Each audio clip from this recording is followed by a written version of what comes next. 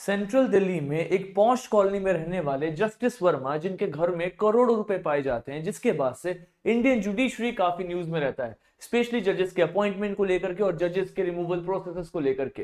That is the reason why Indian Express से लेकर के द हिंदू तक सभी न्यूज़पेपर्स ने जुडिशरी से संबंधित आर्टिकल्स पूछे हैं और हाई चांसेस है supreme court and high court के जजेस के ऊपर में बेसिकली क्वेश्चन आने वाले 1 से 1.5 साल में सारे के सारे लगभग सारे कॉम्पिटिटिव एग्जाम्स में देखे जा सकते हैं। That is the reason why आज की जो हमारी क्लास है that is going to be on Supreme Court, which is highly crucial, क्योंकि एक शॉट में मैं आपको सुप्रीम कोर्ट और इसके साथ में पीआईएल भी पढ़ाता हुआ नजर आऊंगा। So hi everyone, my name is Rupesh, I am founder of Power IAS, जहां पे हम कवर अप कर रहे हैं 25 दिन में पूरी पॉलिटी, बेसिक से लेकर के एडवांस तक, और आज है हमारा day 22 of Indian polity. So let's get started with the class. देखो, आज हम करेंगे सर सुप्रीम कोर्ट को, अगली वाली क्लास में हम करेंगे हाई कोर्ट एंड सब ऑर्डिनेट कोर्ट, इसके बाद जुडिशरी हमारा खत्म हो जाएगा। ठीक, 1-2 क्लासेस और बची, फिर अपनी पॉलिटी रैप अप होने वाली है। अगर आप पहली बार आए हैं then you should go and watch out the playlist of Indian Polity 25 classes, जहां 25 क्लास में पूरी पॉलिटी कवर कराई गई है। ठीक है, क्लास स्टार्ट करने से पहले आप सभी के सामने यूपीएससी सीएपीएफ 2025 का एक क्वेश्चन दिखाई दे रहा है। बेसिकली इस क्वेश्चन का जो मोर फोकस्ड है वो है कोर्ट ऑफ रिकॉर्ड के ऊपर में। अगर आप समझते हैं कि कोर्ट ऑफ रिकॉर्ड क्या है तो ये क्वेश्चन बहुत इजीली आप सॉल्व करके निकलेंगे। हमेशा याद रखेंगे जब भी आप क्वेश्चन पढ़ें तो उसके कमांड को जरूर देखें, यहाँ पे नॉट लिखा हुआ है, बहुत सारे बच्चे इस नॉट को मिस आउट करते हैं और क्वेश्चन गलत करते हैं। That should not be the blunder that you are supposed to commit. एक और क्वेश्चन देखते हैं जो आईएएस के एग्जाम में पूछा हुआ है। 2024 के एग्जाम में आईएएस में बेसिकली रिट ऑफ प्रोहिबिशन पूछा गया है। इस पर्टिकुलर टॉपिक को मैंने फंडामेंटल राइट्स वाले चैप्टर में काफी डिटेल में पढ़ाया था, जहां पे 3 क्लासेस में हमने फंडामेंटल राइट को कवर अप किया था। आर्टिकल 32 के अंदर में सुप्रीम कोर्ट के पास 5 रिट पिटीशन है, जिसमें से आपको प्रोहिबिशन भी एक दिखाई देता है। इसको हमने उस पर्टिकुलर सेशन में ऑलरेडी कवर अप किया हुआ है। बहुत ही स्मूथली आप इस क्वेश्चन को बना सकते हैं। बेसिकली मैंने आंसर भी दे दिया हुआ है, but the motto of the classes कि आज के सेशन के बाद में आपसे सारे के सारे क्वेश्चन बनने चाहिए, है ना। So let's not waste the time, let's get started.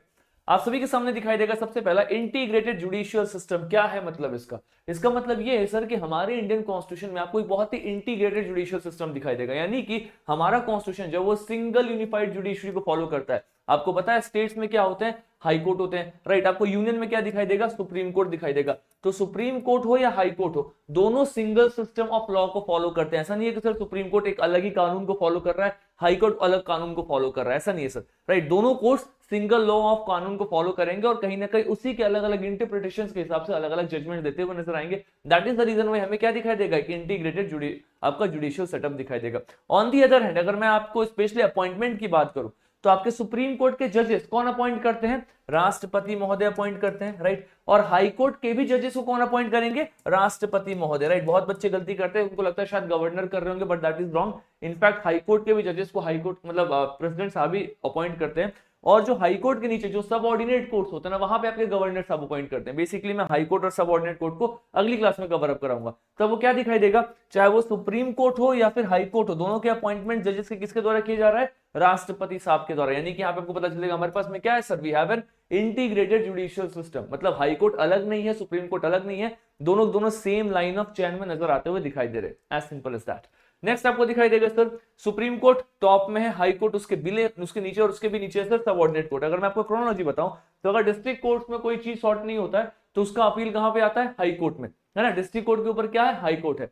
तो ऑलमोस्ट सारे स्टेट्स का अपना हाई कोर्ट होता है। दिल्ली एकमात्र ऐसा यूनियन टेरिटरी है जिसका अपना हाई कोर्ट है, राइट। अदरवाइज बाकी यूटीज का हाई कोर्ट नहीं है, लेकिन स्टेट्स में आपको हाई कोर्ट दिखाई देगा।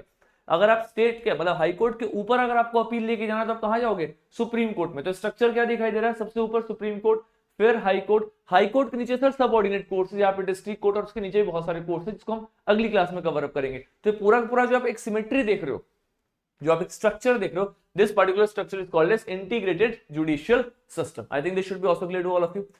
Next, it enforces both central and state law. मतलब क्या है, सेंटर हो या स्टेट हो, दोनों के कानून सेम है और दोनों के दोनों कोर्ट्स सेम ही कानून को फॉलो करते हुए नजर आएंगे। यूएस का सिस्टम अलग है सर। यूएस का क्या सिस्टम है, तो वहां पे फेडरल जुडिशरी है फेडरल लॉज के लिए। मतलब अगर सपोज करो सेंटर के स्तर पे कोई कानून है तो उसको देखने के लिए वहां पे एक अलग कोर्ट है और हर स्टेट में उनके पास में एक अलग कोर्ट है। लेकिन इंडिया में ऐसा सिस्टम नहीं सर, हमारे पास में यूनिफाइड जुडिशियल सिस्टम है। आपका कोई भी स्टेट का हाई कोर्ट अगर उसने कुछ जजमेंट दिया है तो पूरे देश में अगर वो केस किसी और स्टेट से भी संबंधित क्यों ना हो, वहां पे जजमेंट लगता हुआ नजर आएगा। ऐसा नहीं है कि आप स्टेट से संतुष्ट नहीं है तो आप उसको फॉलो नहीं करेंगे। You have to follow the law, चाहे वो स्टेट का किसी हाई कोर्ट का हो या फिर सुप्रीम कोर्ट का, क्योंकि हमारे पास में क्या है, there is an integrated judicial system, है ना। चलो आगे चलेंगे, फिर आपको सुप्रीम कोर्ट के बारे में थोड़ा बेसिक सा देखते हैं। सबसे पहले देखो सुप्रीम कोर्ट इनॉग्रेट कब हुआ है, तो सर 28 जनवरी 1950 में सुप्रीम कोर्ट का इनॉग्रेशन होता है। स्पेशली हम बात कर रहे हैं देश आजाद होने के बाद। देश आजाद होने से पहले रेगुलेटिंग एक्ट आई थिंक 1773 में सुप्रीम कोर्ट बना था कलकत्ता में, but that is the different thing, है ना। हिस्टोरिकल बैकग्राउंड वाले चैप्टर मैंने आपको पढ़ाया हुआ है, that is day 1 of Indian polity, है ना, सबसे पहली क्लास में मैंने आपको बताया था।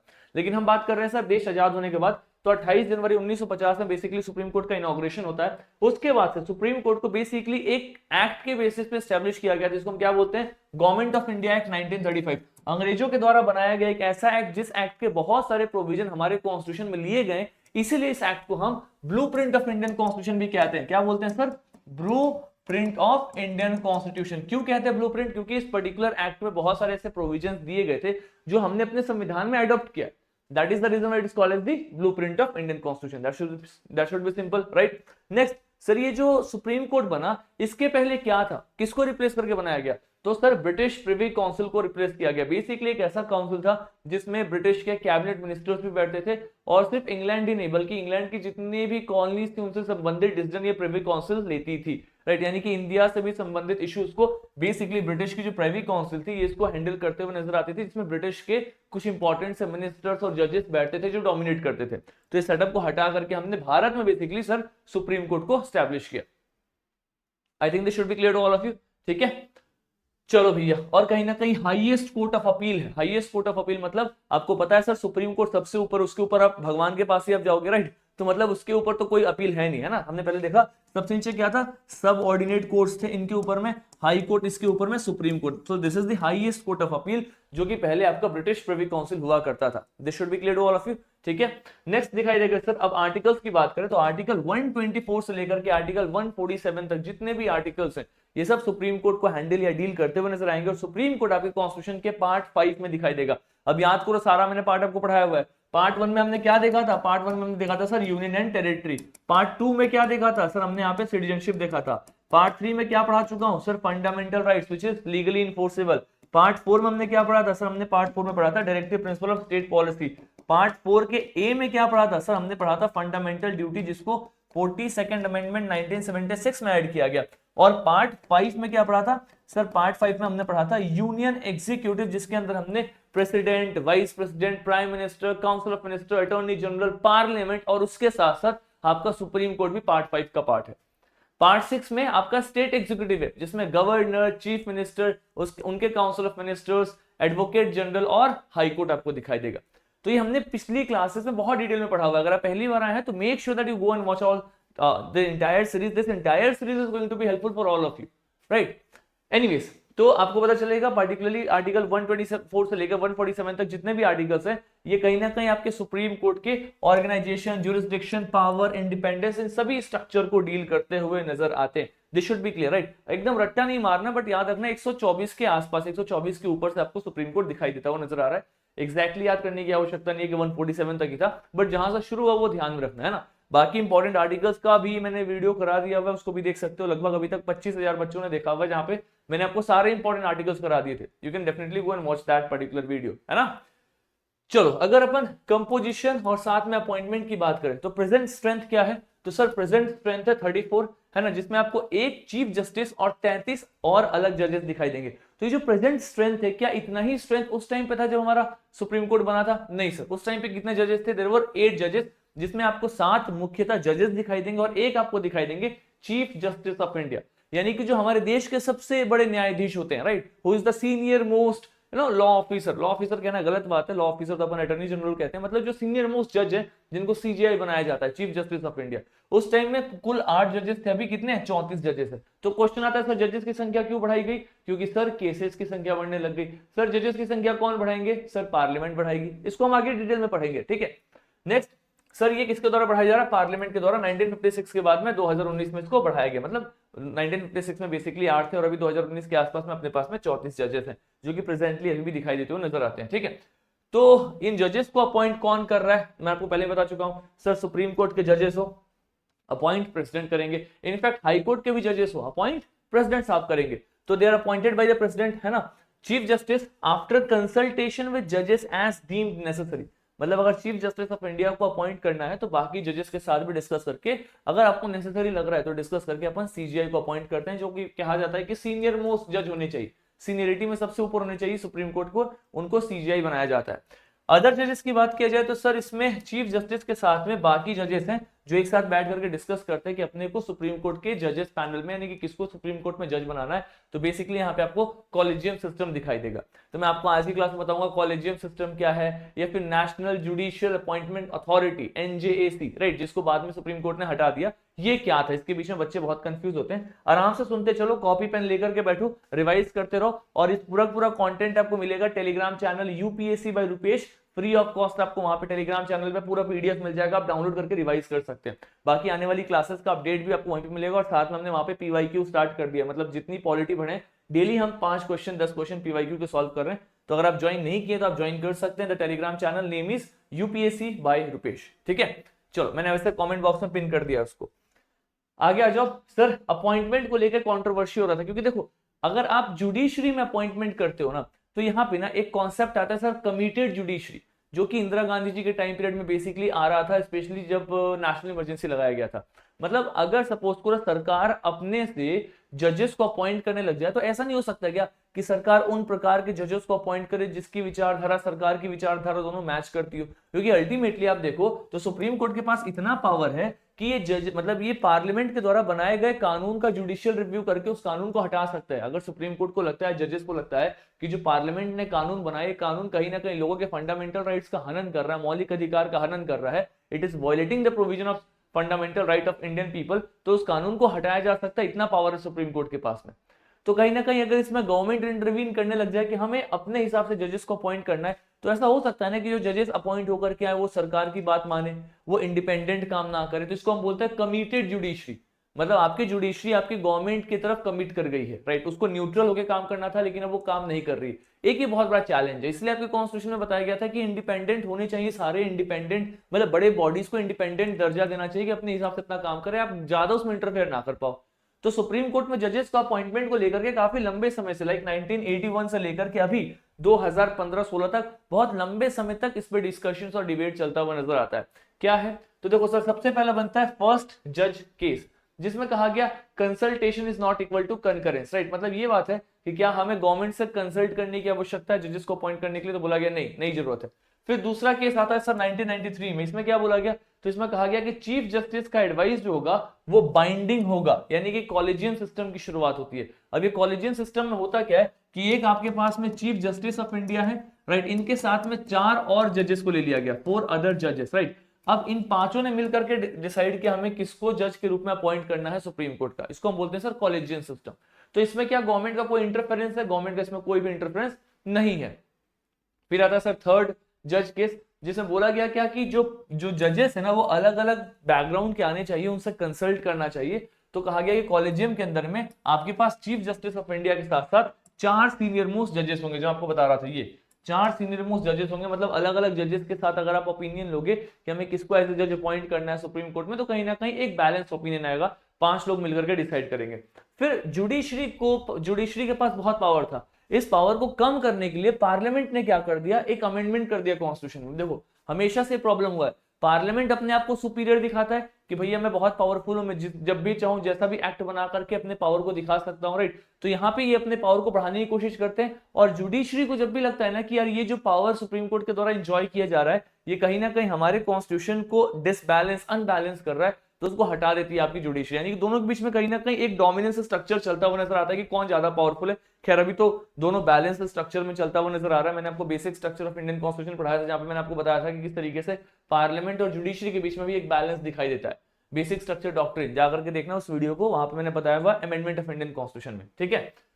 तो अब देखो यहाँ पे आते हैं 99th अमेंडमेंट होता है आपके पार्लियामेंट के द्वारा, और इस पर्टिकुलर अमेंडमेंट में बोला गया कि हम नेशनल जुडिशियल अपॉइंटमेंट कमिटी करके कमिटी बैठा रहे हैं 2014 में, और इसके बाद से जो 4th जज केस था इसको कैंसिल कर दिया गया, यानी कि जो कॉलेजियम सिस्टम था उसको हटा दिया गया। यानी कि अब गवर्नमेंट का इंटरफेरेंस बढ़ गया जुडिशरी में। अब सरकार अपने हिसाब से कहीं ना कहीं अपने भी ओपिनियन को रखेगी जजेस को अपॉइंट करने में, जो कि जुडिशरी कभी नहीं चाहती थी। उसके लिए यहाँ पे क्या बना दिया गया था, तो नेशनल जुडिशियल अपॉइंटमेंट कमिटी बनाया गया था, जो कहीं ना कहीं डिसाइड करेंगे अपने को किसको जज अपॉइंट करना है। फिर से जुडिशरी ने रीबैक किया, बाउंस बैक किया और उसने कॉलेजियम सिस्टम को रीस्टोर कर दिया और एनजेएसी को हटा दिया। बोला कि कोई नेशनल जुडिशियल अपॉइंटमेंट कमेटी की आवश्यकता नहीं है, हमारा जो कॉलेजियम था जिसमें हमारे चीफ जस्टिस के साथ 4 सीनियर मोस्ट जज बैठ करके डिसाइड करते थे कि हमें किसको सुप्रीम कोर्ट का जज बनाना है, वही डिसाइड करेंगे, गवर्नमेंट का इसमें इंटरफेरेंस नहीं होना चाहिए। तो इस तरीके से एक बैलेंस यहाँ पे क्रिएट होता हुआ नजर आता है। अब अगर हम अपॉइंटमेंट ऑफ चीफ जस्टिस की बात करते हैं कि चीफ जस्टिस का अपॉइंटमेंट कैसे होगा, तो पहले था कि जो सीनियर दिख रहे हैं उनको आप अपॉइंट कर दीजिए, सीनियर जज। अब सीनियरिटी की बात करोगे तो सर एक जगह पे 4 सीनियर जज हो सकते हैं। हो सकता है ना कि इंसान मेरे से 4 दिन सीनियर हो, मैं इससे 4 दिन जूनियर हूं, लेकिन सीनियर तो मैं भी हूं। अगर आप सीनियरिटी बेसिस पे देखो कि सीनियर मोस्ट कौन है, तो वो इंसान है जो मेरे से 4 दिन पहले से काम कर रहा है। लेकिन अगर आप मोटा मोटी देखोगे सीनियरिटी बेसिस पे, तो मैं भी सीनियर ही हूँ, 4 दिन से तो कुछ फर्क नहीं पड़ता। तो पहले जो कंडीशन था, पहला कंडीशन था कन्वेंशन के हिसाब से कि सीनियरिटी प्रिंसिपल की, ठीक है जो थोड़ा सीनियर वीनियर है ना उसको अपॉइंट कर दो। इसको वॉयलेट कर दिया गया। कब वॉयलेट किया गया? इंदिरा गांधी जी के टाइम पीरियड में, राइट। हुआ क्या सर, यहाँ पे एएन रॉय को क्या कर दिया गया, सीनियर जज के रूप, मतलब ये इनसे भी 3 सीनियर जजेस थे, उनके जगह पे उनको हटा करके एएन रॉय को सीधा बना दिया गया चीफ जस्टिस ऑफ इंडिया। देखो क्या दिखाई देगा, एएन रॉय सुपरसीडेड 3 सीनियर जजेस। एएन रॉय जो है उन्होंने 3 सीनियर जज को सुपरसीड करके सीधा सीजीआई बन गए। और ये वही टाइम पीरियड है जब इंदिरा गांधी जी का रेंज चल रहा था, पॉलिटिकल क्राइसिस वाला सिचुएशन चल रहा था, कांग्रेस वापस से बाउंस बैक कर रही थी as the most powerful party. और 1975 में तो हम सबको पता है सर इमरजेंसी लग गया था, मैंने आपको इमरजेंसी चैप्टर में पढ़ाया हुआ, ठीक है। तो इस टाइम पीरियड में यहाँ पे वॉयलेशन हुआ, 1977 में फिर से वॉयलेशन हुआ। इसके बाद सुप्रीम कोर्ट ने वापस से एक जजमेंट दिया, दैट इज द सेकंड जज केस। इसमें सीधा कह दिया कि अब भाई साहब सीनियर मोस्ट जज मस्ट बी अपॉइंटेड, है ना, कुछ भी हो जाए जो सबसे सीनियर है, भले आपसे वो एक दिन पहले का उनका रिक्रूटमेंट है तो आपसे एक दिन पहले सीनियर हो गया, यानी कि वो आपसे भी सीनियर है, उनका से ज्यादा है, to be appointed as a जज of supreme court, as a chief justice of supreme court. तो हम क्या फॉलो करते हैं, who is the senior most जज इन सक्सेशन, सक्सेशन में सबसे सीनियर मोस्ट कौन है, वही कहीं ना कहीं सीजीआई बनेंगे। क्वालिफिकेशन की अगर बात करें कि अगर सपोज करो अपने को जज अपॉइंट करना है सुप्रीम कोर्ट का, तो क्या क्वालिफिकेशन है? एक तो हमारे देश के वो नागरिक हो, सिटीजन ऑफ इंडिया। दूसरा सर वो जज ऑफ हाई कोर्ट, कम से कम 5 साल तक तो वो हाई कोर्ट में जज के रूप में काम किए हो। और साथ में सर या तो वो एडवोकेट ऑफ हाई कोर्ट होना चाहिए, अगर वो जज ऑफ हाई कोर्ट नहीं थे, हाई कोर्ट में जज नहीं थे, तो कम से कम 10 साल का मिनिमम एक्सपीरियंस होना चाहिए हाई कोर्ट में जज होने का, राइट। या फिर अगर सपोज करो राष्ट्रपति साहब को लगता है कि कोई डिस्टिंग्विश्ड ज्यूरिस्ट है, कोई कमाल का इंसान जिसके पास लॉ की बहुत तगड़ी पकड़ है, उसको भी अपॉइंट कर सकते हैं, द डिस्टिंग्विश्ड ज्यूरिस्ट, ठीक है ना, उसको भी अपॉइंटेड। तो ये कुछ यहाँ पे प्रोविजंस डाले गए। इसमें मिनिमम एज कुछ भी नहीं है कि इतने साल के ही वो इंसान होने चाहिए।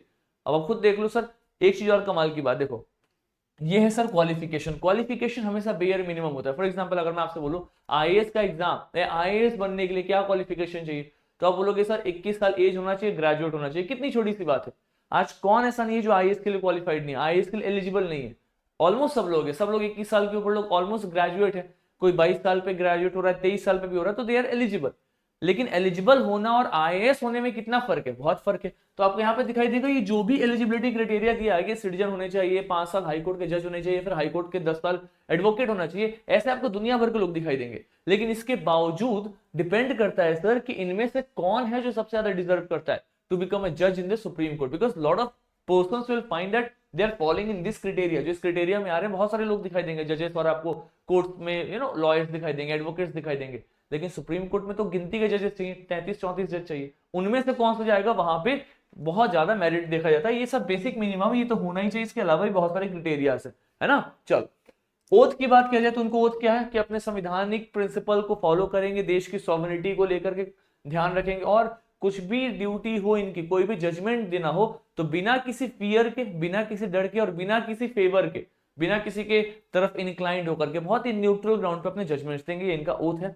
सैलरी की बात की जाए तो जो चीफ जस्टिस ऑफ इंडिया है सर, इनकी सैलरी है लगभग 2,80,000 रुपए पर महीने की, है ना। जो बाकी जजेस है उनकी है sir 2.5 lakh rupees per month, है ना। पेंशन इनका जो होता है वो होता है लगभग 50% ऑफ लास्ट ड्रॉन सैलरी, मतलब जो भी इन्होंने सैलरी उठाया था उसका 50% इनका पेंशन होता है। मतलब रिटायर होने के जस्ट पहले जो इनकी लास्ट सैलरी थी उसका 50% इनको हम पेंशन दे रहे हैं। तो ऐसा नहीं है कि सर बहुत बड़ा आप कुछ कर रहे हैं, जज बनना सुप्रीम कोर्ट या हाई कोर्ट के लेवल पे उस पोजीशन के हिसाब से सैलरी ठीक ठाक ही है, ऐसा नहीं है कि बहुत बड़ी सैलरी है, राइट। बिकॉज अल्टीमेटली इस पोस्ट को मेंटेन करना एक बहुत बड़ा कॉन्टेंट होता है, कॉन्सेप्ट होता है बेसिकली।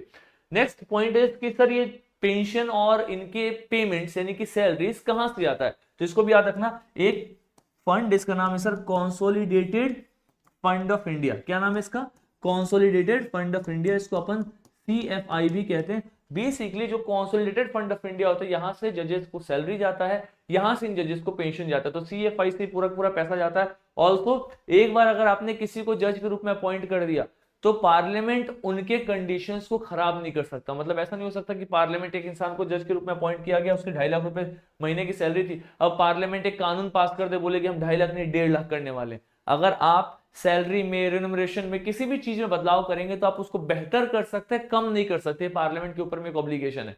इसका मतलब क्या, अगर सपोज करो किसी इंसान को 2.5 लाख रुपए पे आपने अपॉइंट किया और वो इंसान बहुत अच्छा जजमेंट दे रहा है, आपके अगेंस्ट जजमेंट दे रहा है, लेकिन वो जेन्युइन बेसिस का जजमेंट दे रहा है, तो हो सकता है ना कि गवर्नमेंट टारगेट करने लग जाए, उसकी सैलरी कम कर दे, बोले कि एक बिल पास करो कि जजेस की सैलरी 50,000 से ज्यादा हो ही नहीं सकती।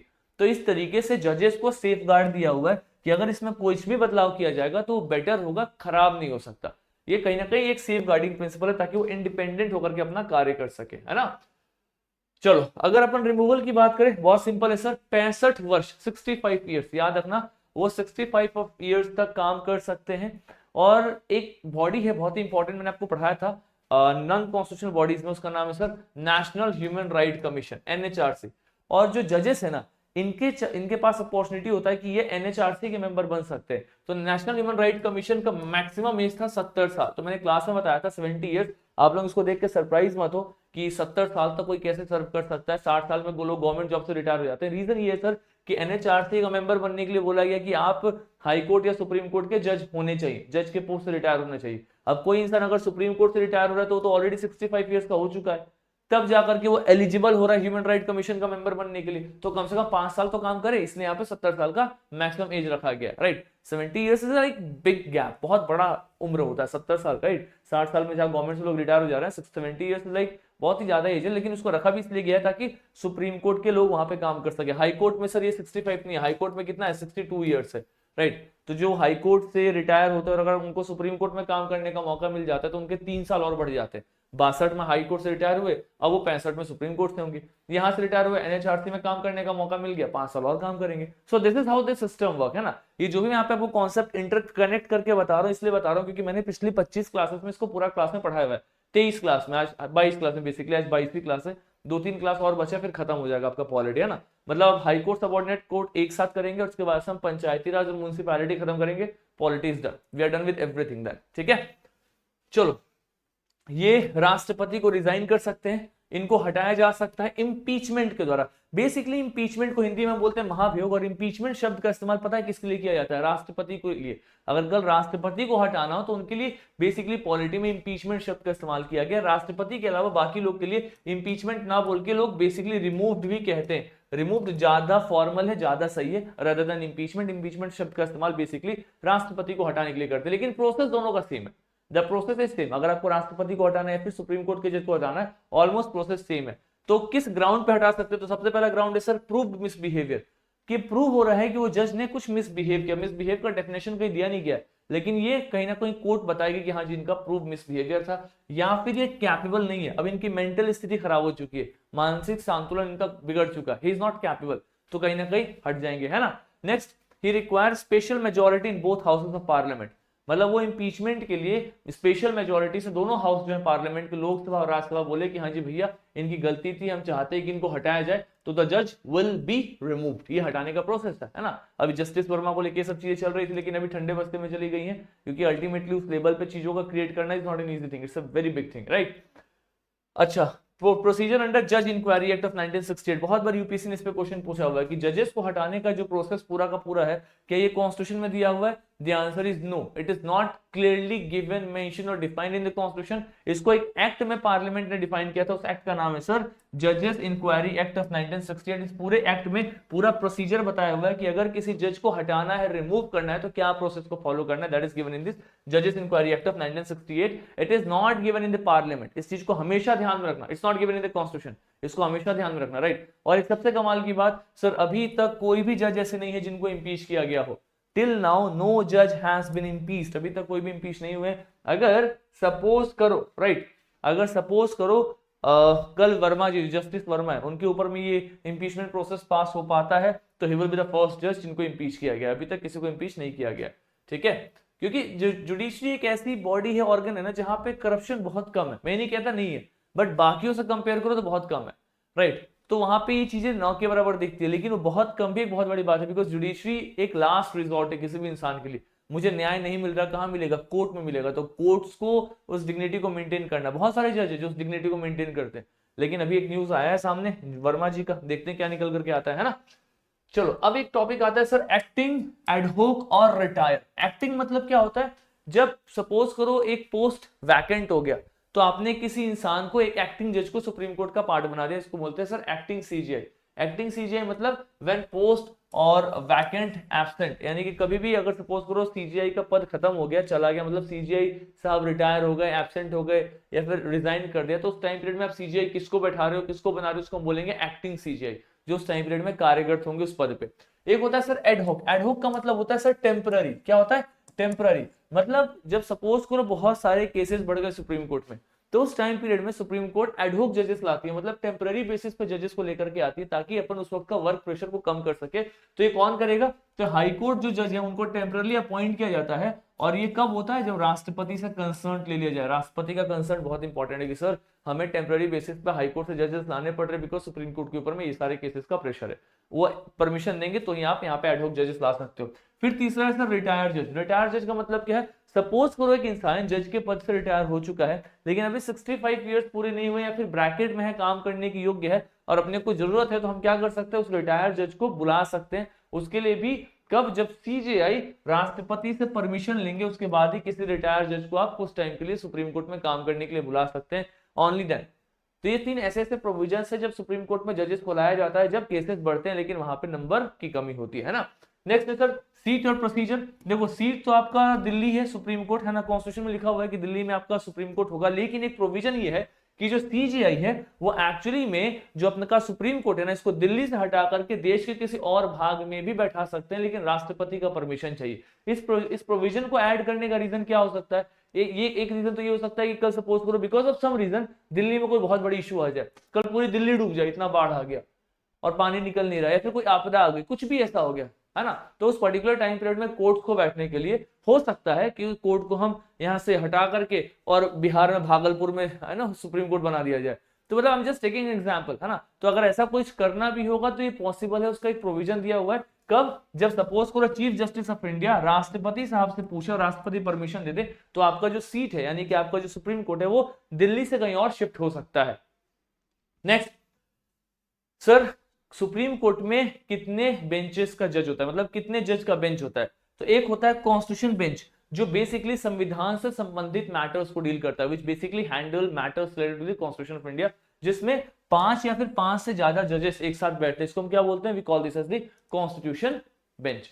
नेक्स्ट है सर डिवीजन या फिर सिंगल बेंच, जहां पे बाकी केसेस के लिए जजेस एक साथ बैठते हैं। अच्छा एक चीज और, अगर 5 या 5 से ज्यादा जजेस एक साथ बैठ रहे हैं तो जरूरी नहीं है कि उस केस को पास होने के लिए सभी जजेस को बोलना पड़ेगा हम सब सहमति दिखा रहे हैं। यहाँ पे देखा जाएगा मेजोरिटी किसके तरफ है। अगर 5 जज बैठ रहे हैं, 2 जजेस ने कहा कि गलत है, 3 ने बोला सही है, तो जो 3 का बोला गया इसको माना जाएगा, बिकॉज अल्टीमेटली यहाँ पे काम मेजोरिटी के हिसाब से हो रहा है। ऐसा नहीं है कि 5 के 5 जज को एग्री करना है, यहाँ पे भी वो ओपिनियन का एक ऑप्शन है, ठीक है। तो जजमेंट कैसे हो रहा है? Judgment by majority, dissent allow, मतलब आपके पास अलाउड है कि आपको अगर ये पसंद नहीं है तो आप मना कर सकते हो, जरूरी नहीं कि आपको सब चीज में हाँ में हाँ ही भरना है, हाँ, लेकिन जो मेजोरिटी जजेस एग्री करेंगे उसी चीज को माना जाएगा बेसिकली, है ना। तो कॉन्स्टिट्यूशन बेंच बहुत ही इंपॉर्टेंट सा बेंच है। नेक्स्ट है सर अगर अपन इंडिपेंडेंस ऑफ सुप्रीम कोर्ट देखें, आखिरकार में सुप्रीम कोर्ट इंडिपेंडेंट होकर के कैसे काम करेगा, तो उसके पीछे कुछ प्रोविजंस दिए गए। सबसे पहला सर मोड ऑफ अपॉइंटमेंट, मतलब चेक्स ऑन एग्जीक्यूटिव, यानी कि जो भी आपके मिनिस्टर्स है, जो आपके एग्जीक्यूटिव है, एग्जीक्यूटिव में आपके राष्ट्रपति साहब he is the nominal head, है ना, आपके प्राइम मिनिस्टर साहब he is the real head, जितने भी एग्जीक्यूटिव है, इन एग्जीक्यूटिव्स के ऊपर में एक चेक एंड बैलेंस रखा गया है कि जो मोड ऑफ अपॉइंटमेंट होना चाहिए सुप्रीम कोर्ट में बहुत ही इंडिपेंडेंट होना चाहिए। किस तरीके से जजेस आएंगे उसमें किसी का हाथ नहीं होना चाहिए, वो एक रियल ग्राउंड पे जजेस का अपॉइंटमेंट हो, मेरिट के बेसिस पे हो। तो कहीं ना कहीं इनके पास में इंडिपेंडेंसी अपने हिसाब से अपने जजेस को अपॉइंट करना, राइट। इसी को अपन कॉलेजियम सिस्टम भी कहते हैं। सिक्योरिटी ऑफ टेन्योर, मतलब 65 वर्ष, अगर इनका काम है कि 65 वर्ष तक काम कर सकते हैं तो उसके पहले आप इनको हटा नहीं सकते जबरदस्ती। इनके पास में पूरी सिक्योरिटी अपने टेन्योर को पूरा करने की, है ना। ये कुछ ऐसे प्रोविजन है जिससे पता चल रहा है कि जजेस इंडिपेंडेंटली काम कर सकते हैं बिना किसी के फेवर या बिना किसी के फियर के, जो उन्होंने ओथ लिया था बेसिकली, है ना। और एक और कमाल की बात, जजेस को हटाने का प्रोविजन क्या दिया हुआ है यहाँ पे, तो हमने पढ़ा सर जजेस को हटाने का प्रोविजन था मिसबिहेवियर, इनकैपेसिटी, राइट। और इसके बाद से राष्ट्रपति साहब को हटाने का क्या प्रोविजन दिया है कॉन्स्टिट्यूशन में, तो वो दिया था sir violation of Indian constitution, कि हमारे संविधान को अगर वो वॉयलेट कर रहे हैं तो राष्ट्रपति के अगेंस्ट में इंपीचमेंट प्रोसेस को इंट्रोड्यूस किया जा सकता है। तो बेसिकली प्रेसिडेंट एंड द जजेस, राइट, यही दो ऐसे इंपॉर्टेंट से कॉन्स्टिट्यूशनल पोजीशंस है जिनको हटाने का कंडीशन या फिर हटाने का रीजन कॉन्स्टिट्यूशन में दिया हुआ है। इसके अलावा किसी को हटाने का रीजन कॉन्स्टिट्यूशन में नहीं दिया हुआ है, वो कहीं ना कहीं जुडिशरी के ऊपर में इंटरप्रेट करने के लिए छोड़ा हुआ। तो ये भी ध्यान में रखना है ना, आपके जो प्रेसिडेंट साहब उनको हटाने का रीजन क्या था, तो सर वॉयलेशन ऑफ कॉन्स्टिट्यूशन, क्योंकि वो नॉमिनल हेड है, संविधान के मुखिया है, तो उनको तो कॉन्स्टिट्यूशन को अपहोल्ड करना ही चाहिए। और इन लोगों का तो पता ही आपको है ना, मिसबिहेवियर या फिर इनकैपेसिटी। चलो, प्लस सर इनका सर्विस कंडीशन फिक्स है, इनके सर्विस कंडीशन में किसी भी चीज को डिसएडवांटेज नहीं करेंगे, जिसमें आपको पहले बता चुका हूं। सैलरी 2.5 लाख है तो ये नहीं कि आप 50,000 कर दो, आप उसको बढ़ा सकते हो बट उसको डिसएडवांटेज तो नहीं कर सकते, ये भी बहुत इंपॉर्टेंट है। नेक्स्ट सर, इनके जो भी एक्सपेंसेस है कॉन्सोलिडेट फंड ऑफ इंडिया से निकाले जाएंगे और उस पर कोई वोट नहीं होगा। मतलब भाई इनकी सैलरी इतनी है तो सैलरी पास होकर के आ जाएगी, ऐसा नहीं कि इनको सैलरी देने के लिए आपको पार्लियामेंट में मोशन पास करना पड़ रहा है कि लोकसभा में कितने लोग हैं जो सपोर्ट कर रहे हैं सैलरी देना चाहिए, कितने जो सपोर्ट नहीं कर रहे, वो सब सीन नहीं है ना। Next sir, conduct not discussed in parliament except impeachment, मतलब ये जिस भी प्रकार से जजेस अपना जजमेंट देंगे इस चीज को पार्लियामेंट में डिस्कस नहीं किया जाएगा। जजेस के पास पूर्ण अथॉरिटी अपने हिसाब से अपने जजमेंट्स को देने की, राइट। हाँ, अगर इंपीचमेंट का कोई मोशन है तो ही पार्लियामेंट में डिस्कस करेंगे, उसके अलावा जजेस जो भी कर रहे हैं कोर्ट में उनके पास में पूरी आजादी है, पूरी स्वतंत्रता के साथ अपना केस को या फिर अपने जजमेंट्स दे सकते हो, ठीक है।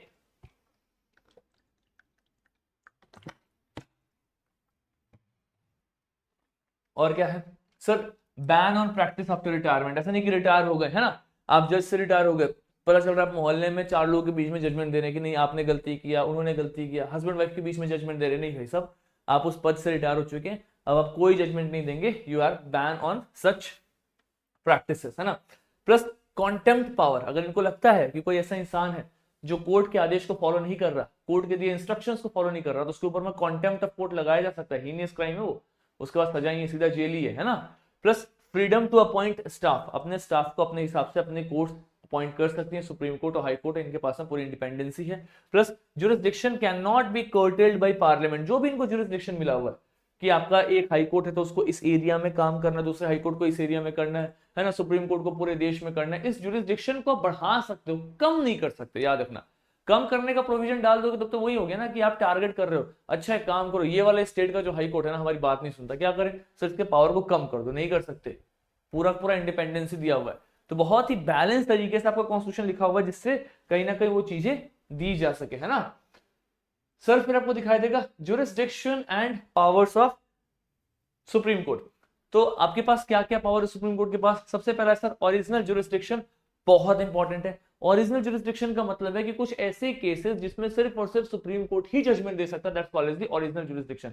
फॉर एग्जांपल सपोज करो कल 2 स्टेट्स के बीच में इशू हो जाए, this is state 1, this is state 2, या फिर सेंटर और स्टेट के बीच में इशू हो जाए, या फिर सेंटर और बहुत सारे स्टेट सब एक साथ अगेंस्ट सेंटर इनके बीच में इशू हो जाए, कहीं पे भी सेंटर और स्टेट का इशू होगा, उस पर्टिकुलर मुद्दों पे सिर्फ और सिर्फ सुप्रीम कोर्ट ही जजमेंट देगा, आपका हाई कोर्ट नहीं दे सकता। रीजन इज सिंपल, सपोज करो 2 स्टेट में इशू है, अभी इसके स्टेट का हाई कोर्ट कोई और है, इसका कोई हाई कोर्ट कोई और है, इसका जजमेंट ए आ गया, इसका जजमेंट बी आ गया, तो ये स्टेट्स किसको फॉलो करेंगे, ए या बी। तो इसीलिए ऐसे सिचुएशन जहां पे 2 अलग अलग स्टेट्स का इशू हो, एक तरफ सेंटर हो, एक तरफ एक स्टेट हो, या फिर एक तरफ सेंटर और एक तरफ बहुत सारे स्टेट हो, जहां भी सेंटर स्टेट के इश्यूज आएंगे, स्टेट्स के इश्यूज आएंगे, वो सुप्रीम कोर्ट ही हैंडल करेगा, that is the original jurisdiction of supreme court. आप सभी को एक मैं होमवर्क दे रहा हूं, ठीक है, आपको मुझे बताना है सर ओरिजिनल जुरिस्डिक्शन का आर्टिकल कौन सा है, इन दी कमेंट बॉक्स, नहीं पता चेक करेंगे बताएंगे, क्योंकि ओरिजिनल जुरिस्डिक्शन बहुत इंपॉर्टेंट है, काफी बार UPSC state PCS even one day exam में पूछे गए, ट्रस्ट मी। अब रिट जुरिस्डिक्शन, फंडामेंटल राइट, आपके फंडामेंटल राइट का वायलेशन होगा, कहां जाओगे, सुप्रीम कोर्ट। गारंटर कौन है फंडामेंटल राइट का, सुप्रीम कोर्ट। किसमें था, आर्टिकल 32। हाई कोर्ट का क्या था, 226, याद करो, पढ़ाया हुआ फंडामेंटल राइट में, एक्सप्लेन नहीं करूंगा यहाँ पे, I have already covered this, है ना। एपीलेट जुरिस्डिक्शन, एपीलेट जुरिस्डिक्शन का मतलब क्या होता है, अपील, राइट। अगर सुप्रीम कोर्ट के पास में अपील आना है तो कहां से आएगा, डिस्ट्रिक्ट कोर्ट से नहीं, हाई कोर्ट से। क्यों, क्योंकि जो डिस्ट्रिक्ट कोर्ट था इससे अपील जाएगा हाई कोर्ट में, हाई कोर्ट से अपील जाएगा सुप्रीम कोर्ट में, कभी भी डिस्ट्रिक्ट कोर्ट से यहाँ पे अपील नहीं जाएगा। क्यों कहते हैं, क्योंकि supreme court is the highest court of appeal, appeals का सबसे हाईएस्ट कोर्ट कौन सा, that is the supreme court, है ना। एडवाइजरी जुरिस्डिक्शन मतलब राष्ट्रपति चाहे कुछ इंपॉर्टेंट मुद्दों के ऊपर में तो आपके सुप्रीम कोर्ट से एडवाइस ले सकते हैं, आर्टिकल 143। लेकिन ये क्या ले रहे हैं सर, एडवाइस ले रहे हैं, यानी कि अगर सुप्रीम कोर्ट ने कुछ एडवाइस दिया राष्ट्रपति को तो वो एडवाइस बाइंडिंग नहीं है। Listen this carefully, the advice given by the Supreme Court is not binding on the president because president of India is just taking advice। वो आपसे ऑर्डर नहीं ले रहे, एडवाइस ले रहे हैं, तो आप बाइंडिंग नहीं है वो, आप अपना एडवाइस दीजिए, बाकी आगे बढ़िए, है ना। इनफैक्ट जो राष्ट्रपति साहब है ये अटॉर्नी जनरल से भी एडवाइस दे सकते हैं, मैंने आपको पढ़ाया हुआ है अटॉर्नी जनरल ऑफ इंडिया वाली क्लास में। और ये इस बार बिहार पीसीएस में क्वेश्चन पूछा गया 2025 का जो प्रीलिम्स हुआ, अभी एक हफ्ते पहले जो प्रीलिम्स हुआ। कहने का मतलब ये सर कि यही पॉलिटी है, इसी की एप्लीकेशन, इसी में से UPSC, state PCS, one day exam सब यहीं से क्वेश्चन पूछते हैं। कॉन्सेप्ट चेंज नहीं होता। आपने अगर एक बार पॉलिटी के नस को पकड़ लिया, फंक्शनिंग कैसे हो रहा है, एग्जीक्यूटिव, लेजिस्लेटिव, जुडिशरी कैसे काम कर रही है, एक बार पकड़ चुके हो, समझ चुके हो ना, क्वेश्चन इसी में से घुमा घुमा के पूछेगा, आएगा, आप लगा करके आओगे, दैट इज फॉर श्योर। इतनी तो गारंटी अगर आपका कॉन्सेप्ट क्लियर है तो। नेक्स्ट है sir court of record. Court of record का मतलब है कि जो सुप्रीम कोर्ट है और जो हाई कोर्ट है, दोनों कोर्ट्स के लिए है, ये अगर कोई जजमेंट देते हैं ना तो उस जजमेंट को एज अ रिकॉर्ड रखा जाता है और उसी जजमेंट को इस्तेमाल करके आने वाले कोर्ट्स में भी या फिर आने वाले केसेस में भी उस जजमेंट को बेस बना के जजमेंट दिया जाता है। फॉर एग्जाम्पल अगर सपोज करो सुप्रीम कोर्ट ने बोल दिया कि इस प्रकार की क्राइम्स को हम 5 साल का सजा दे रहे हैं, तो इसको रिकॉर्ड में रख लिया गया।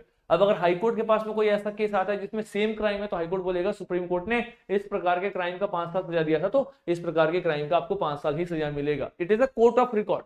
तो ये कोर्ट ऑफ रिकॉर्ड यानी कि आपके सुप्रीम कोर्ट के जजमेंट्स और हाई कोर्ट के जजमेंट्स को कहीं रिकॉर्ड के रूप में रखा जाता है, इसको लोअर जुडिशरी फॉलो करती है, that's the court of record. Second thing is sir contempt power. अगर कोर्ट्स को लग रहा है कि हमारा कॉन्टेम्प्ट हो रहा है, हमारी बात को नहीं माना जा रहा है, तो इनके पास में कॉन्टेम्प्ट पावर है, ये भी कोर्ट ऑफ रिकॉर्ड के अंदर आता है। नेक्स्ट है सर जुडिशियल रिव्यू। मतलब कोर्ट्स के पास में पावर है कि जजमेंट्स को रिव्यू कर सकते हैं, अगर उनको लगता है कि उन्हीं के द्वारा दिए गए जजमेंट्स अभी उस पर अपने को कुछ बदलाव करना है क्योंकि हमें कुछ नए एविडेंसेस मिले, तो जुडिशियल रिव्यू हो सकता है। इनफैक्ट अगर सपोज करो गवर्नमेंट ने कोई एक्ट बना दिया और उस एक्ट में हमें लग रहा है कि कहीं ना कहीं फंडामेंटल राइट का वायलेशन है, कोई ऐसा चीज का वायलेशन है जो सही तरीके से सही नहीं है सोसाइटी के लिए, तो जुडिशरी उसमें जुडिशियल रिव्यू कर सकती है ना। सुप्रीम कोर्ट, हाई कोर्ट उसमें जुडिशियल रिव्यू कर सकता है, इनफैक्ट उसको स्ट्राइक डाउन कर सकता है, उसको खत्म कर सकता है उस पर्टिकुलर कानून को। मैं आपको ऑलरेडी ये article 13 of Indian constitution fundamental right में पढ़ा चुका हूं। एवरीथिंग इज कनेक्टेड, पूरी पॉलिटी कनेक्टेड है, याद करो। कॉन्स्टिट्यूशनल इंटरप्रिटेशन, फाइनल अथॉरिटी, मतलब संविधान से संबंधित कहीं पे भी डिबेट है तो जो इन्होंने बता दिया लास्ट में, जो सुप्रीम कोर्ट ने बोल दिया वो फाइनल अथॉरिटी है, उसके बाद सब लोग फॉलो करेंगे, है ना। नेक्स्ट अदर पावर देखो तो ये भाई सुपरवाइजरी है लोअर कोर्ट में, लोअर कोर्ट के ऊपर में सुपरवाइज, मतलब अगर चाहे तो लोअर कोर्ट से केसेस ले सकते हैं, उनका सुपरवाइजरी पावर इन्हीं के पास में। रिट जुरिस्डिक्शन, ये बताने की आवश्यकता नहीं है, सुप्रीम कोर्ट के पास में रिट जुरिस्डिक्शन आर्टिकल 32 में है, हाई कोर्ट के पास में रिट जुरिस्डिक्शन आर्टिकल 226 में। हाई कोर्ट में मैं आपको बेसिकली हाई कोर्ट के रिट जुरिस्डिक्शन को बताऊंगा, लेकिन मैंने आप इनको ये दोनों के रिट जुरिस्डिक्शन फंडामेंटल राइट की तीसरी वीडियो में बता दिया हुआ है। I explain this particular stuff. क्या था इसमें कि अगर किसी का फंडामेंटल राइट का वायलेशन होता है तो सुप्रीम कोर्ट आर्टिकल 32 का इस्तेमाल करके उसके फंडामेंटल राइट को रीस्टोर करेगा। क्यों? Because supreme court is the guarantor of fundamental right. सभी के फंडामेंटल राइट का गारंटर कौन है? सुप्रीम कोर्ट है ना। प्लस हाई कोर्ट भी सब रिट जारी कर सकती है फंडामेंटल राइट और बाकी पर्पस के लिए आर्टिकल 226 का इस्तेमाल करके। ये भी इस बार बिहार पीसीएस में कुछ दिन पहले क्वेश्चन पूछा हुआ है। कितने रिट्स को जारी किए जाते हैं? Habeas corpus, mandamus, prohibition, certiorari, quo warranto. इन पांचों रिट को फंडामेंटल राइट में एक्सप्लेन किया हुआ, फटाफट देखेंगे। हैबियस कॉर्पस का मतलब क्या होता है? To have the body of, अगर किसी को इलीगल तरीके से डिटेन कर दिया गया है तो हैबियस कॉर्पस लगाएगी कोर्ट, उस इंसान को कोर्ट में बुलाएगी और पर्सनली चेक करेगी कि बेचारे को डिटेन गलत ग्राउंड पे तो नहीं किया गया। यानी कि एक इंसान के फ्रीडम के लिए हैबियस कॉर्पस बहुत इंपॉर्टेंट है। Next mandamus. मैंडेमस का मतलब क्या होता है? We command. अगर सुप्रीम कोर्ट को लगता है कि कोई सरकारी अधिकारी है, कोई सरकारी डिपार्टमेंट है, सही तरीके से अपना काम नहीं कर रहा, उस पर मैंडेमस लगाया जा सकता है, उसको कमांड दिया जा सकता है कि भैया करिए ये काम, आपका काम करने का ऑब्लिगेशन आप नहीं कर रहे, you have to, you must do this, we command, है ना। Next prohibition. अगर सपोज करो सुप्रीम कोर्ट को लगता है कि जो लोअर कोर्ट है, राइट, ये अपने पावर से ज्यादा अपने पावर का इस्तेमाल कर रही है, इसको इतना पावर दिया नहीं गया, उससे ज्यादा ये जजमेंट दे रहे हैं, तो उसको रोका जा सकता है कि इस प्रकार के केसेस को आप हैंडल नहीं करेंगे, ऐसे केसेस आप हमें दीजिए, राइट। उसके लिए यहाँ पे सर्टियोररी लगता है। सर्टियोररी का मतलब क्या होता है? To certify. टू सर्टिफाई का मतलब क्या है? मतलब लोअर कोर्ट को बताना कि ये इस प्रकार के केसेस आप नहीं देख सकते, तो आपको सर्टिफाई कर रहे हैं कि आप ऐसे केसेस हमें दीजिए, ठीक है। नेक्स्ट है सर क्यो वारंटो। मतलब बाय व्हाट अथॉरिटी। अगर कोई इंसान एक ऐसे पद पे बैठा है जिसको डिजर्व नहीं करता, मिसयूज कर रहा है पावर का, तो वहां पे क्यो वारंटो लगा करके सुप्रीम कोर्ट उसके ऊपर में क्वेश्चन क्रिएट कर सकती है। तो बेसिकली 5 अलग अलग प्रकार के रिट्स है जिसको हमने अपने क्लास में बहुत डिटेल में पढ़ा हुआ था, राइट। ओरिजिनल जुरिस्डिक्शन देखो तो इसके अकॉर्डिंग जो सुप्रीम कोर्ट के पास में कोई भी इंसान डायरेक्टली जा सकता है, यानी सपोज करो आपके फंडामेंटल राइट का वायलेशन हुआ, आप डायरेक्टली सुप्रीम कोर्ट जा सकते हो, article 32 of Indian constitution. We have covered this particular stuff, ठीक है। चलो जी भैया, ये वैसे पूरा पूरा स्लाइड मैंने आपको फंडामेंटल राइट में काफी डिटेल में पढ़ाया हुआ है, ठीक है। नेक्स्ट है सर एपीलेट जुरिसडिक्शन, बताने की आवश्यकता नहीं है, मतलब अपील है ना, अगर सपोज करो हाई कोर्ट से कोई केस अपील होकर के जाएगा तो कहां जाएगा, आपके सुप्रीम कोर्ट के पास। That's the appellate jurisdiction, supreme court is the highest court of appeal. मतलब संवैधानिक रूप से देखो तो सबसे ऊंचा कोर्ट अपील के लिए कौन है, सुप्रीम कोर्ट। इसने जो जजमेंट दे दिया आपको फॉलो करना ही पड़ेगा, नो मैटर व्हाट, ठीक है। 4 प्रकार के अपील आते हैं, संविधानिक से संबंधित कोई इशू, संविधान से संबंधित मतलब ये सही है गलत है, कॉन्स्टिट्यूशन में होना चाहिए नहीं होना चाहिए, ऐसे इश्यूज आते हैं। सिविल मैटर आते हैं, राइट, लॉ को लेकर के जो भी सिविल मैटर होगा वो सब आएगा। क्रिमिनल मैटर आएगा, कोई सीरियस पनिशमेंट केस है, किसी को डेथ पेनल्टी दे दिया हाई कोर्ट ने, वो आकर के अपील लेकर के सुप्रीम कोर्ट पहुंच जाएगा कि सर हमें डेथ पेनल्टी गलत दिया गया है या फिर हम नहीं डिजर्व करते, मतलब जो भी ऐसे अपील आ सकते हैं। फिर स्पेशल लीव पिटिशन, मतलब ये स्पेशल लीव से रिलेटेड अपील्स आते हुए नजर आते हैं, ठीक है। तो ये सब कुछ इंपॉर्टेंट से अपील्स है जो बेसिकली आपको सुप्रीम कोर्ट में दिखाई देगा। एडवाइजरी जुरिसडिक्शन बताने की आवश्यकता नहीं है, आर्टिकल 143 में मैंने आपको बता दिया हुआ है कि आपके राष्ट्रपति चाहे तो एडवाइस ले सकते हैं, बट वो एडवाइस बाइंडिंग नहीं है, ठीक है। But this is not binding, देखो यहाँ पे लिखा हुआ है it is advisory not binding, और कुछ केसेस भी लिखे हुए हैं। कोर्ट ऑफ रिकॉर्ड मैं आपको ऑलरेडी बता चुका हूं सर, कोर्ट ऑफ रिकॉर्ड का मतलब क्या होता है, रिकॉर्ड हैव एविडेंटरी प्रैक्टिसेस, मतलब क्या है कि एक बार अगर सपोज करो किसी चीज को बोल दिया गया तो उसको रिकॉर्ड में रखा जाएगा और उसको आगे फॉलो किया जाएगा आने वाले जजमेंट्स में, that's called the court of record.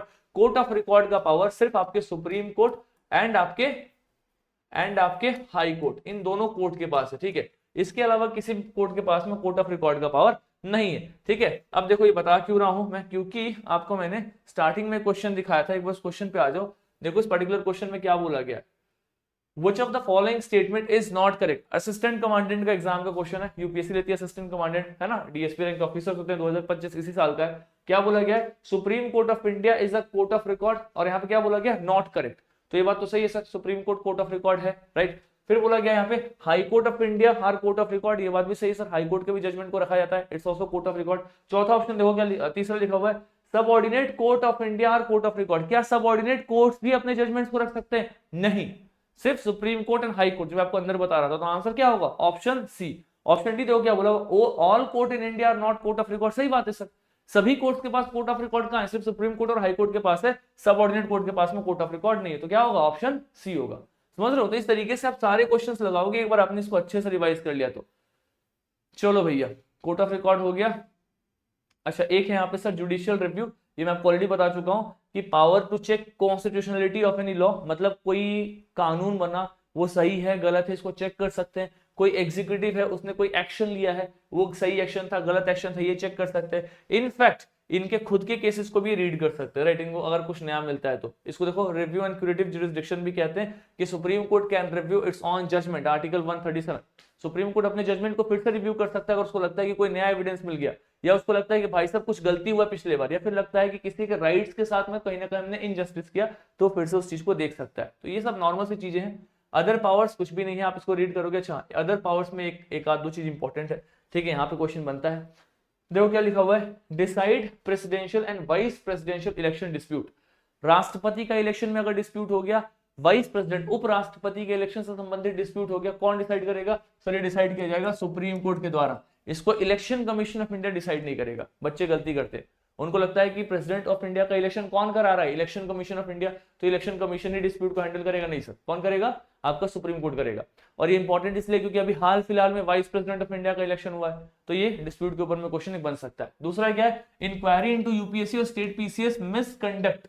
अगर लगता है कि यूपीएससी ने मिसकंडक्ट किया है, कोई भी स्टेट का पीसीएस है उसने मिसकंडक्ट किया है, उसके ऊपर में इंक्वायरी कर सकता है आपका कौन, सुप्रीम कोर्ट, है ना। आपके जो हाई कोर्ट के जजेस है उनका ट्रांसफर किया जा सकता है। अब देखो justice Verma Delhi high court के जज थे, उनके ऊपर में जब एलिगेशन लगा तो उनको कहां ट्रांसफर कर दिया गया था, इलाहाबाद हाई कोर्ट में, प्रयागराज में। बेसिकली कौन कर सकता है, आपका सुप्रीम कोर्ट कर सकता है, राइट। और ये जो भी बोलेगा सभी कोर्ट्स के ऊपर में बाइंडिंग अथॉरिटी है, सभी कोर्ट्स को फॉलो करना पड़ेगा। क्यों, क्योंकि high court supreme court is the highest court of appeal, as simple as that.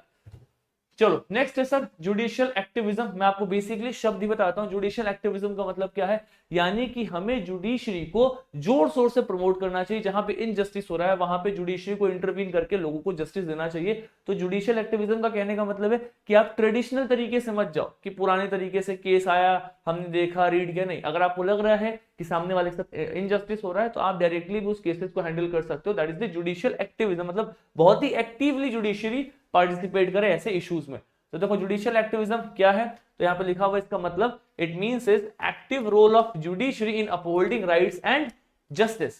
किसी के राइट्स को बढ़ाना है, किसी को जस्टिस दिलाना हो तो उसमें जुडिशरी एक्टिवली पार्टिसिपेट करे, दैट इज जुडिशियल एक्टिविज्म, है ना। इसका मतलब है कि सर जो आपका ट्रेडिशनल तरीका है, राइट, उसके बाहर जाकर के कहीं ना कहीं हम लोगों को जजमेंट दे सके। ठीक है, क्यों कर रहे हैं, ताकि हम अकाउंटेबिलिटी सेट कर सके। और किस लॉ को फॉलो करते हैं कि law is not static, it evolves with society. मतलब लॉ स्टैटिक नहीं है, ऐसा नहीं कि कानून एक बार बन गया तो सब लोग फॉलो करेंगे। समाज जैसे जैसे बदल रहा है वैसे कानून भी इवॉल्व हो रहा है, तो आपके कोर्ट्स भी कानून के हिसाब से एक्टिवली पार्टिसिपेट करेंगे और इवॉल्व होते हुए नजर आएंगे, है ना। हिस्टोरिकल बैकग्राउंड देखो तो सर इसका ओरिजिनेशन होता है यूएसए में। बेसिकली इस टर्म को कॉइन किया गया है आर्थर स्लेसिंगर के बारे में, स्लेसिंगर के द्वारा 1974 में, सॉरी 47 में, sorry if I am pronunciating it wrong, right. तो this personality is important. India में बेसिकली 1920s में आता है और भगवती सिंह जी के द्वारा आता है। हाँ देखो, जस्टिस पीएन भगवती, है ना। तो इसी से संबंधित एक और केस आता है, that is the public interest litigation. ये एक्चुअली में जुडिशियल एक्टिविज्म का एक पार्ट है, पब्लिक इंटरेस्ट लिटिगेशन। क्या है ये पब्लिक इंटरेस्ट लिटिगेशन, देखो अभी तक क्या होता है, एक है लोकस स्टैंडी। लोकस स्टैंडी कहां गया, if you can find somewhere, नहीं है इसमें। देखो लोकस स्टैंडी का मतलब होता है कि अगर मेरे साथ कुछ बुरा हुआ तो मैं कोर्ट में जाकर के बोलूं कि देखो मेरे साथ बुरा हो रहा है, that is the locus standi. मतलब मैं कोर्ट में गया, अपने इशू को रेज करके आता हूं। On the other hand there is something called as public interest litigation. मतलब क्या है, लोगों के इंटरेस्ट में एक आदमी लिटिगेशन फाइल कर रहा है। सपोज करो मैं बहुत गरीब हूं, मेरे को बहुत एक्सप्लॉइट किया जा रहा है, लेकिन मेरे पास में कोई पैसा नहीं है, कुछ भी नहीं है, कोई जान पहचान कुछ भी नहीं है कि मैं कोर्ट में जा सकूं। Because ultimately judiciary is expensive in India, that is something we should accepted. कहीं ना कहीं एक डार्क साइड है कि अपने देश में जुडिशरी एक्सपेंसिव है, दैट इज ट्रू, राइट। मेरे पास एकदम पैसा नहीं है, मेरे को एक्सप्लॉइट किया जा रहा है, राइट। अब मेरे को 10,000 रुपए दिया जा रहा है और मेरे से दुनिया भर का काम कराया जा रहा है। अब मैं 10,000 रुपए लेके कहाँ कोर्ट में आकर के बोलूंगा कि मेरे को एक्सप्लॉइट कर रहे हैं लोग, कंपनी भी हटा देगी। तो अगर मेरे जैसे बहुत सारे लोग हैं, फिर मैं ही हूं जिसका एक्सप्लॉइटेशन हो रहा है। तो कोई एक ऐसा इंसान जो बहुत पढ़ा लिखा है, जिसने लॉ किया, जिसके पास पैसा है, फाइनेंशियली एक्टिव है, या फिर किसी भी प्रकार का इंसान, वो अगर चाहे तो मेरे केसेस को कोर्ट में रेज कर सकता है। मेरे लिए कोर्ट में वो क्या कर सकता है, फाइट कर सकता है, मेरे को राइट्स दिलाने के लिए। यानी कि जरूरी नहीं है कि मैं ही जाऊंगा कोर्ट में बोलने के लिए, मेरे लिए वो भी इंसान भी जा सकता है। कहने का मतलब क्या है, सपोज करो एक स्लम एरिया है, यहाँ पे लोगों को राइट्स नहीं मिल रहा, आप एक बहुत ही पावरफुल लॉयर हो या फिर बहुत ही अच्छे सोशल वर्कर हो, आप इनके अधिकार के लिए कोर्ट में फाइट कर सकते हो। जरूरी नहीं है कि इन लोगों को डायरेक्टली जाना पड़ेगा, इनके जगह पे आप भी कोर्ट में आ सकते हो। That is called public interest litigation. मतलब क्या है, पब्लिक के इंटरेस्ट में कोर्ट में लिटिगेशन फाइल किया गया है। तो ये जो लोकस स्टैंडी वाला कानून है ना, कि भाई इन लोगों के साथ अगर एक्सप्लॉइटेशन हुआ तो यही लोग कोर्ट में जाए, ऐसा जरूरी नहीं है। पीआईएल के थ्रू कोई भी कोर्ट में जा सकता है। इसी को तो हम बोलते हैं जुडिशियल एक्टिविज्म। मतलब जुडिशरी एक्टिवली पार्टिसिपेट कर रही है ट्रेडिशनल मेथड को छोड़ करके एक नए तरीके से, ताकि जस्टिस दिलाया जा सके। That is something called public interest litigation, जिसको बेसिकली जस्टिस पीएन भगवती साहब ने स्टार्ट किया था। इसी चीज को यहाँ पे दिया हुआ है, that is what is given here. ठीक है, चलो जी भैया आगे देखो।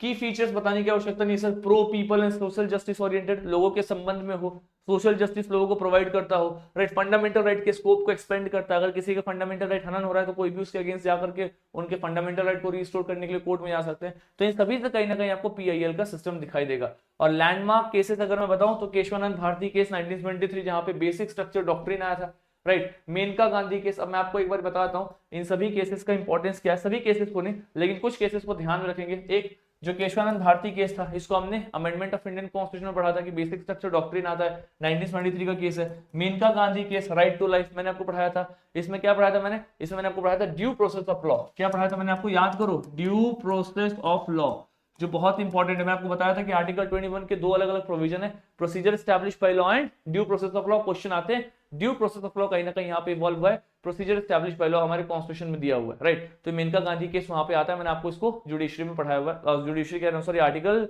21 में पढ़ाया हुआ फंडामेंटल राइट में, ठीक है। फिर विशाखा स्टेट वाला जो है सेक्सुअल हैरेसमेंट को लेकर के गाइडलाइन, ये भी इंपॉर्टेंट है। एमसी मेहता एनवायरमेंट प्रोटेक्शन को लेकर के बहुत इंपॉर्टेंट है। राइट टू प्राइवेसी वाला जो केस था ना, इसको आर्टिकल 21 में रखा गया है कि हर इंसान के पास में प्राइवेसी का अधिकार है, आर्टिकल 21 के अंदर में आता है। ये भी कहीं ना कहीं इन्हीं से इवॉल्व होता हुआ केस है, पीआईएल और जुडिशियल एक्टिविज्म से। पॉजिटिव क्या सीन है, तो डेमोक्रेसी बढ़ेगा, लोग को राइट्स मिलेंगे, सब पॉजिटिव है। क्रिटिसिज्म है, क्रिटिसिज्म का कहना यह है कि कहीं ना कहीं इसको मतलब है कि जुडिशियल ओवररीच, मतलब जुडिशरी जानबूझ करके ऐसे केसेस को हैंडल कर रहा है जिसकी आवश्यकता नहीं है। ऑलरेडी जुडिशरी के ऊपर बहुत बर्डन है, उसको पहले वो देखना चाहिए। वही बात है सर कि एक सिक्के के दो साइड होते हैं, हेड एंड टेल, वही एक पॉजिटिव और एक क्रिटिसिज्म। इसको आराम से रीड करेंगे and then we are done with the chapter called supreme court. आज हमने सुप्रीम कोर्ट को खत्म कर लिया हुआ। कंटेंट आपको मिल जाएगा UPSC by UPS Telegram channel से, वहां पे डाउनलोड करके इसको रिवाइज करो। आने वाली क्लास है high court and subordinate court, जिसमें नालसा वालसा सब पढ़ा करके हाई कोर्ट सबऑर्डिनेट खत्म, यानी कि 2 क्लासेस में पूरी जुडिशरी खत्म। इसके बाद हम करेंगे सर पंचायती राज, फिर municipality and we are done with the polity. बाकी कैसी लगी क्लास कमेंट बॉक्स में जरूर बताएं and be consistent, keep working hard. All the very best. Thank you so much everyone, God bless you, thank you.